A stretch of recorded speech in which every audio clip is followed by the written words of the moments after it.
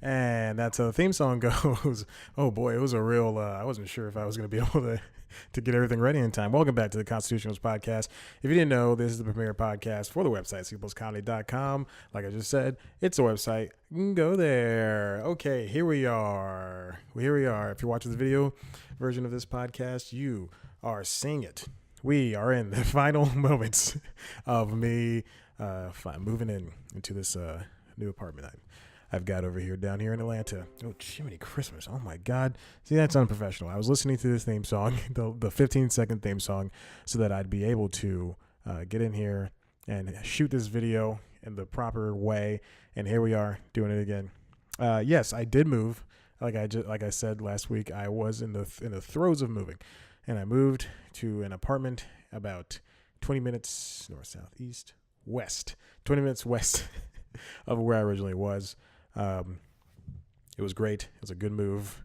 I did it all alone, with the exception of a box spring, which I did have help with. But the new space is better. It's obviously bigger at the corner. If you can see, if you watch the video, which I urge you to do, go to youtube.com/comedy to watch that. The video version of the podcast, as well as the premiere show for the website, is News Time. You can go ahead and see that the corner of my room that I am now in is about twice as big as the original, not the original, as the place that I was shooting the show in. If it's a little echoey, it's because the room is giant. I'm just gonna be completely honest with you. The room is giant, and there's a new camera set up, and I'm only paying attention to the GoPro for some reason. But even though the DSLR is the camera that's in front of me, and it's I still got to figure out how to shoot these things. News Time was just so hard. I shot it on the Sunday before it came out. I had to shoot it. I had to actually finish writing it. I had to shoot it, and then I had to edit, put it all together. And thank God it all got done that Monday, because that was really, my goal was to have it out by Monday before 9:00. It got out Monday night at like 7:30. Thank God. And I did miss a deadline for the interview I was supposed to type up. Maybe that'll happen after I do this, but it is 3:42 on a Wednesday, and I have other things I want to do, such as not type up an interview that I did let go on for longer than it should have. So here we are, do another episode of News Time. I've got the laptop pulled up. So one of not every place is perfect, and one of the bad things about this place is that the Wi-Fi, the router is all the way. There's a 3-bedroom apartment. The router is all the way at the front of the apartment, and it's like a linear apartment, so I'm all the way in the back because I got the master, because I'm a diva, and it sucks because they have a repeater, but the repeater, I put in my router from my house. I put in the repeater. I put in my router from the house, and now it kind of just doesn't work with the repeater. So sometimes the Wi-Fi is just choppy. And by sometimes, I mean ever since I moved in, the Wi-Fi has been bad. You'd be watching something on Hulu, and then it'll stop and pause, and nothing will happen. And you'll see the loading bar, or you'll be watching something on Netflix, and then it'll start buffering. Whatever. FX, if I watch something live, which I typically do on FX, and TBS, the app on Xbox One, it'll just stop. I sound a little hoarse just because I don't have again, this is a place, two houses I've lived in, there's no drinking water available. You gotta buy it. I also have another thing that's another negative about this place is, and I don't mean to harp on the negative aspects because there's a lot of positive, but there's so here's the thing.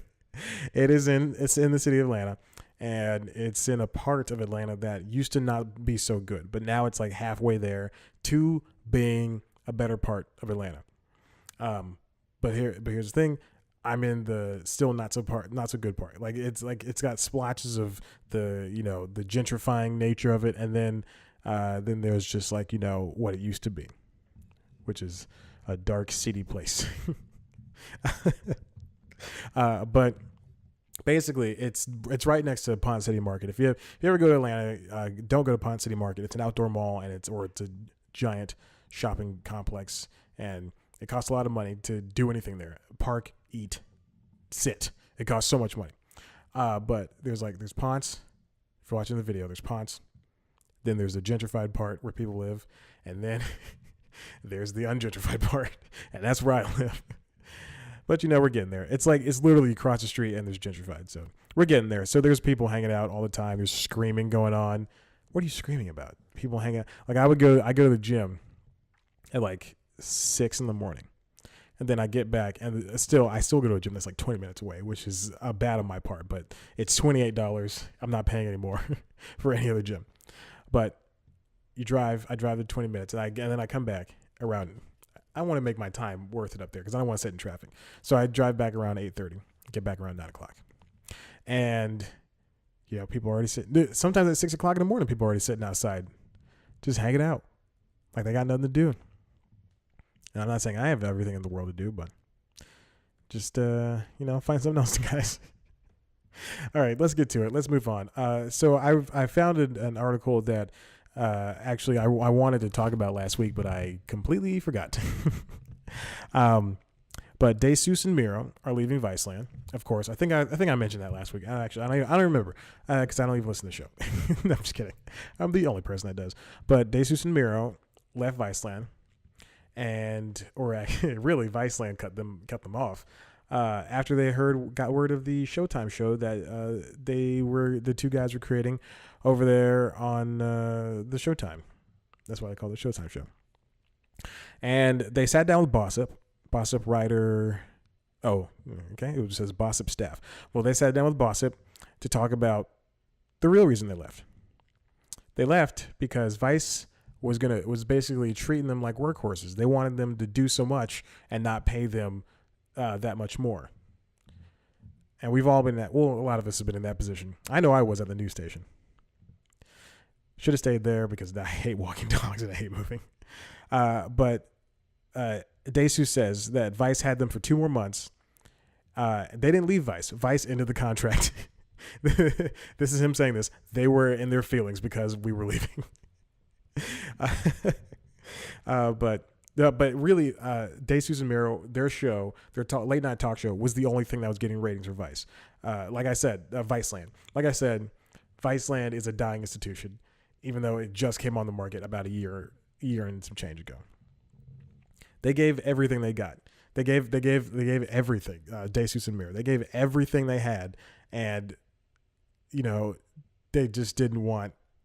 They only wanted them to plateau. And they wanted them to plateau but do more. This is what Desus said.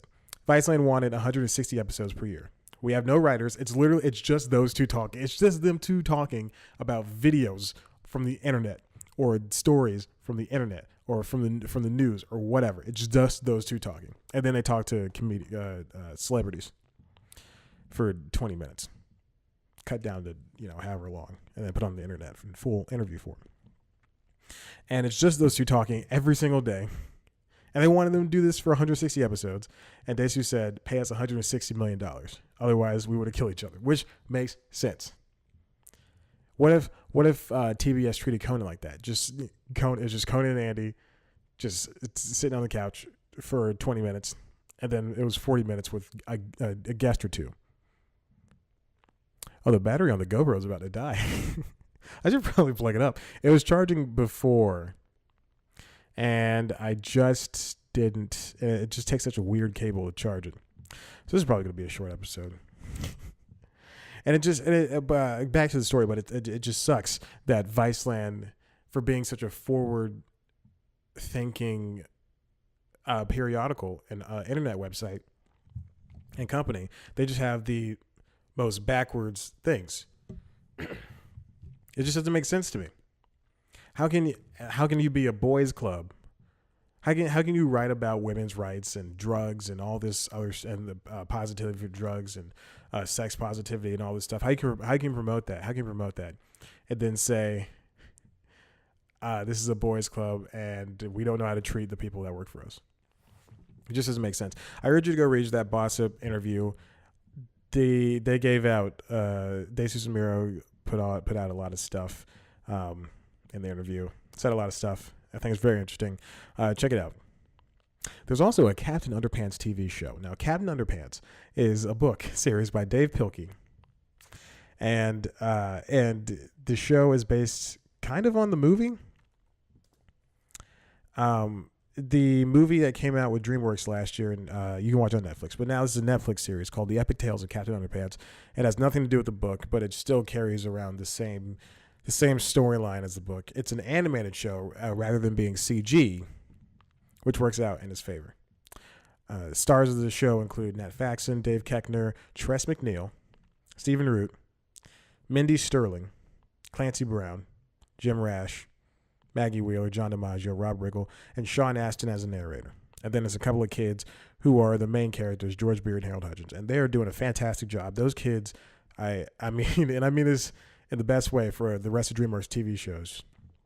DreamWorks has really good animated shows, which I've talked about before. Voltron, All Hail King Julian, Dragons, Riders of Berk. But this show has really good voice acting for those two main characters. And I think it's because they're children. And, well, actually, I hate child actors. But I think it's because that they are kids and they don't... They're reading it with such enthusiasm. It just pays off. There's only 13 episodes. They're about half hour each. And they really play into the sensibility of the book. It's the book series, sorry. It's a very happy, cheery series. A lot of butt jokes, a lot of fart jokes, and that's how the books were. And, I've kind of grown out of that, but you can't really tell. Nat Faxon is Captain Underpants / Mr. Krupp. You can't really tell it's him. He's putting on a voice, and I think he's doing a good job. The movie, I thought the movie was fine. I didn't like Kevin Hart and Thomas Middleditch starring in it. But I thought the movie was, I'm gonna upgrade it from fine right now. I thought it was good, but still, again, I think they miscasted the voices. And I know you want to sell this to adults and stuff, and so they can enjoy it. But look at the Peanuts movie. The Peanuts movie, the recent one that came out in 2015, that one had an all children cast. You knew none of those kids except for Kristen Chenoweth, who was the Snoopy's love interest. You knew none of those people. And it really paid off in its favor. We won't get a sequel to that movie anytime soon. We will in a couple of years, but I think it's a good movie. That movie was not nominated for an Emmy. That's very strange. Should have been not Emmy, Oscar. It should have been. I hope it wasn't nominated for an Emmy. What did it? That was 2016, 17, when that movie came out. What was it going up against? Yeah, 2017. Yeah, that's a movie I would have definitely put up for Oscar nomination. Anyway, the show is good. I'm only a couple episodes in. Dave Pilkey I don't know if he's even still writing those books. Oh, he also did Dumb Bunnies, which Dumb Bunnies is a fantastic series, which I really love, which I haven't read in years, again, of course, because I'm an adult. But the last book, all right, so there were 1, 2, 3, 4, 5, 6, 7, 8, 9, 10, 11, 12, 13 or 14 books in the main Captain Underpants series. And then there were 8 spinoffs. Dogman, what is that? And I had The Adventures of Super Diaper Baby. Such a funny book. I had that book.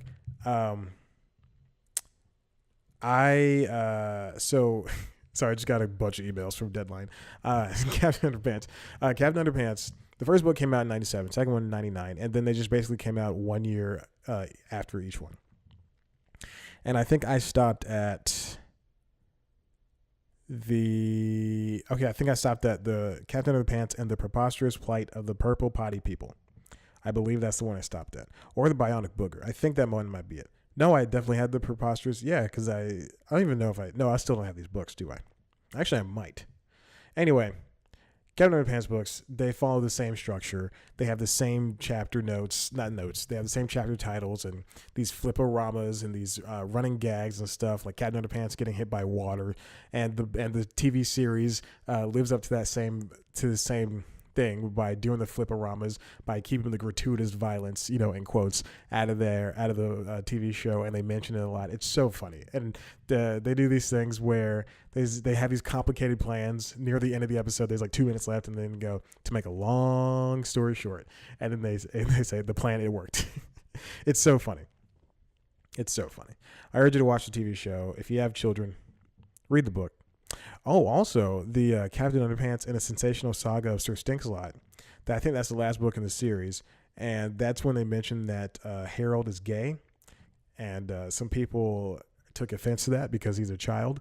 I think it's great. That book came out in 2015. I think it's ahead of its time. Even still, very funny. It's very funny. Pilkey said, you know what? Let's make this child gay. I think that's great. Do it again. Who cares? I don't even think, I think I remember reading this a couple of years when not the book, but I remember reading about that when when it became news. I think that there was something, and I read it and I thought, oh man, that's such a great news story. Not news story, but it's such a great thing to have done. I'm not gonna lie, I had to get up and press record on the camera again on the DSLR. Who cares? Who cares if the child is gay? I think that makes it more inclusive. Like the Loud House. Loud House has gay characters.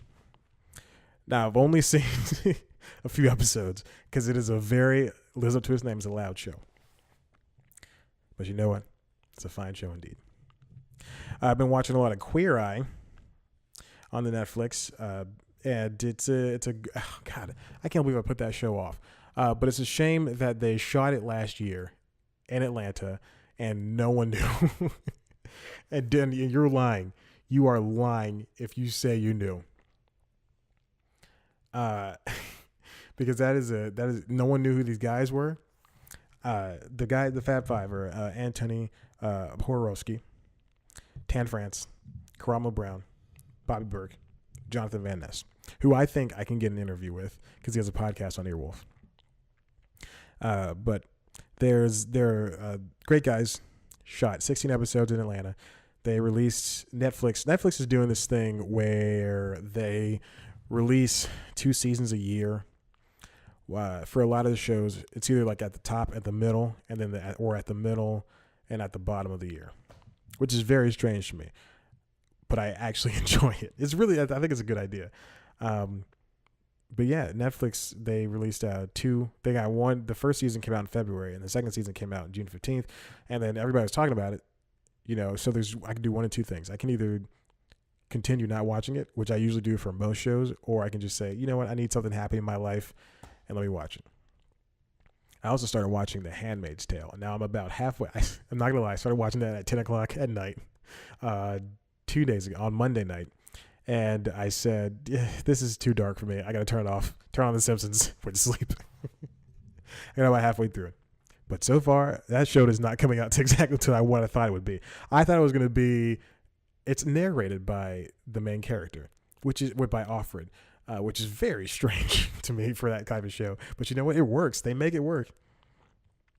And I just listened to the ATX film festivals or television festivals podcast, and this week's episode or last week's episode, had the showrunners, the husband and wife creative team behind The Good Fight and The Good Woman. The Good Wife?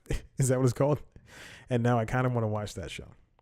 But anyway, back to Queer Eye. Queer Eye is great. They shot it in Georgia, a lot of places: Norcross, Marietta, Covington, Atlanta, Winder, Decatur, Athens, Maysville, Clarkston, Gay, Dahlonega. Yes. So there we go.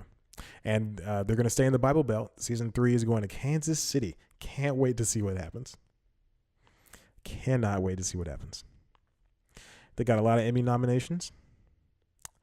Congratulations for them. Speaking of Emmy nominations, let's get right to it. The Emmy nominations this year were very predictable. And it is a shame that a lot of people, such as Rachel Bloom and Crazy Ex-Girlfriend were denied Emmys because they want to give it to the same people every single year. It sucks, and I want to fight for them. And I'm trying to find. The only reason I'm stretching this out right now is because I'm trying to find the nominations. Please be on Wikipedia. Okay, here we go. Outstanding Comedy Series: Atlanta, Barry, Blackish, Curb Your Enthusiasm, Glow, Miss Maisel, Silicon Valley, Unbreakable Kimmy Schmidt. If you can afford to have all of those shows in there, why don't you? First of all, Atlanta's not funny. I'm gonna be completely honest. Silicon Valley's not funny either, and I know comedy's suggestive, but come on. Miss Maisel, that's fine. Kimmy Schmidt, that's fine. They should. Curb was too self-referential. The only shows that I actively am rooting for are Blackish, Barry, and I'm not saying I watch all those shows except for Ms. Maisel. I'm about 2 episodes in, but I watch all those shows. But Blackish, Glow, Barry, and Kimmy Schmidt are the only ones that I am rooting for. The other ones, they have your awards. Come on, let Blackish win something. Let Blackish win an Emmy. They spent the last 5-6 episodes of the last season talking about like all as a drama. Also, Michael Che and Colin Jost are hosting drama series. It's the shows that you typically would see. Why is Stranger Things up there? I don't get the appeal. I don't care about us nostalgia. Variety sketch series. I cannot believe Amy Sedaris' show was nominated. And I Love You, America with Sarah Silverman. It's great. I wouldn't really call that a sketch series. I would have put that as variety talk series, but I think that Hulu knew what it was doing because there weren't that many variety sketch series out last year. Tracy Ullman show, again, flying under the radar and going into this. I don't think anybody watches that show. Variety talk series, Samantha Bee, Trevor Noah, Kimmel for some reason. I know why, because his son was sick. John Oliver, Corden for some reason. Come on, where's Conan? Let Conan be in there. Limited series, The Alienist. Really? No. What? Genius, Godless, Patrick Melrose, Giovanni Versace, which I did not get a chance to watch. I'm jealous. Television movie, Black Mirror, USS Callister, Fahrenheit 451, Flint, Paterno, The Tale. It's an HBO spectacular. Everybody's talking about how Netflix has more nominations than HBO and ending HBO's Emmy nomination streak for 18 years. Listen, if you, I want to say this one time, if you throw all the paint on the wall, at least some of it is going to stick. You know what I'm saying? Quality over quantity is what Netflix is shooting for. I'm sure if HBO put out 500 hours worth of shows last year, then they would have the same nominations. Stop acting like Netflix had an achievement. They're spending $8 billion on TV shows, and HBO is trying to just carve a niche. Anyway, lead actor in a comedy series. Look, I'm saying Anthony Anderson needs to win. No one else here deserves it. Let Anthony have this. Tracy Ellis Ross, same thing for her for lead actress. Last year it was one of the women from Gracie and Frankie. I think it might have been Lily Tomlin because she's nominated again this year. Allison Janney is nominated for one single episode for her outstanding lead actress. Everyone else is just nominated. Lead actor in a drama, Jason Bateman. No. Give it to Jeffrey Wright. The camera just shut off. Give it to somebody else. Listen, I don't want to go through these because it's all the same people. But you get the gist. Maybe it's time. Maybe time for an overhaul of the Emmy Awards. That's what I'm thinking. If anyone really cares. All right. Well, it looks like that's the end of this episode of the Constitutionals. If you liked what you heard here, and I don't know why you wouldn't, head on over to the website, cpluscomedy.com, where we've got the latest news, reviews, features, interviews. I said the thing that I have not used in about a year. Go to the website. Let's start over. Go to the website where we got the latest. We got some stuff. It looks nice and shiny over there. Follow us on Twitter at C+ Comedy. Follow me on Twitter at Chad Black White. Like us on Facebook. Go to the website cpluscomedy.com. Also head to the YouTube page, youtube.com/cpluscomedy. That is where you can find the premiere show, or the video version of this podcast if you're not watching it, and as well as the premiere show for news for the website News Time, which is a weekly news show that I love doing, and we just had our 200th episode. So go watch it. We just had our 200th episode. And it's an appreciation episode for the movie studio A24. I really enjoy their work. They had Hereditary, 8th Grade, just a whole bunch of movies. The Witch, It Comes at Night, I believe. They have a whole bunch of movies. Tully? Is Tully one of theirs? I think Tully's one of theirs. A whole bunch of movies that come out. It's a distribution / regular studio, and I love it so much. And I tweeted them. They did not see it. I included the episode. They did not see it. Adam Tickets liked the episode I did on them. It's because I really love Adam Tickets. I used them yesterday to go see Sorry to Bother You. Oh, Sorry to Bother You. Wonderful movie. Go see it. I really wish people would not. I was listening to Pop Culture Happy Hour, and I was reading, some things about the movie. And I really wish people would not mention that there is a twist or something big happens in the movie, because now I'm sitting there for 40 minutes into the movie. I'm thinking, oh, is that the twist? Oh, is that the twist? Oh, is that the twist? Oh, he's taking this job. Oh, is that the twist? Is that the twist? And then the twist finally happens. And then I'm thinking, oh, well, okay, that's cool. But I've been expecting it for so long. It just makes me, it's frustrating. So if there's a twist, just say, oh, the movie's great. I enjoyed it. See? That's what I could do.